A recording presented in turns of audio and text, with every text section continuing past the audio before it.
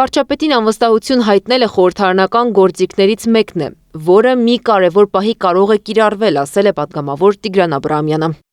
Դա միայն կախված չէ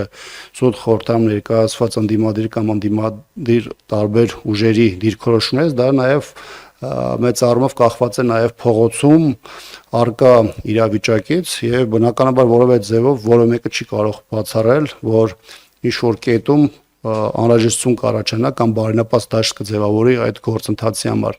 Պատիվ ունեմ խմբակցության ներկայացուցիչներից մեկի խոսքով վարչապետի թեկնածու չկա, մյուսի խոսքով բարենպաստ պայման գործընթացը սկսելու։ Հայաստան խմբակցության պատգամավոր Քրիստինե Վարդանյանն էլ վերջերս հայտարարեց, իմպիչմենթի հարցը 2022 թվականի օգոստոսին իրենց խմբակցությունն է առաջարկել։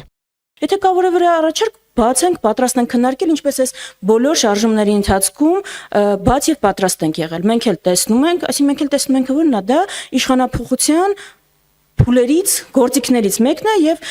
մեր պատկերացմամբ փողոցային շարժման փուլերից մեկն է։ Պատիվ ունեմ խմբակցությունը եւս մի քանի անգամ հայտարարել է Փաշինյանին անվստահություն հայտնելու պատրաստակամության մասին։